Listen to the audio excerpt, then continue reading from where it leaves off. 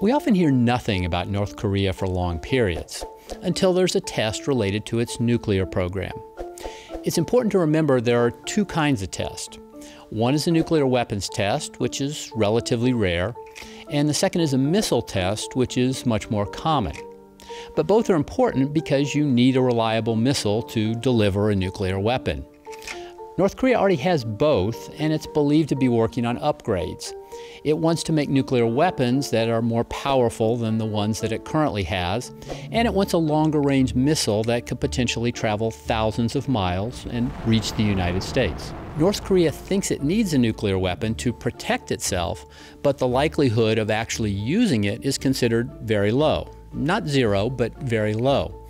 That's because using a nuclear weapon would quite likely prompt action from other, stronger countries that would then bring down the Kim regime. When we talk about North Korea, we have to consider three important outside actors. Now, first is South Korea. It believes the two Koreas will eventually reunite someday, but its approach has been very steady and patient, and it's prepared to play the long game. And number two is China. It's North Korea's only real ally and major trading partner. But even China has its limits. It wants North Korea to behave responsibly and predictably.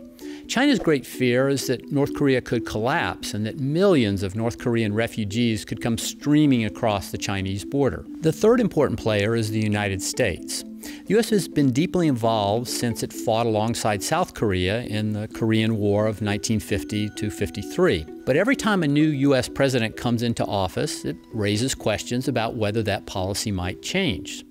So far, President Trump's rhetoric has been more aggressive than his predecessors, and he sent an aircraft carrier off the Korean coast, this sort of classic gunboat diplomacy.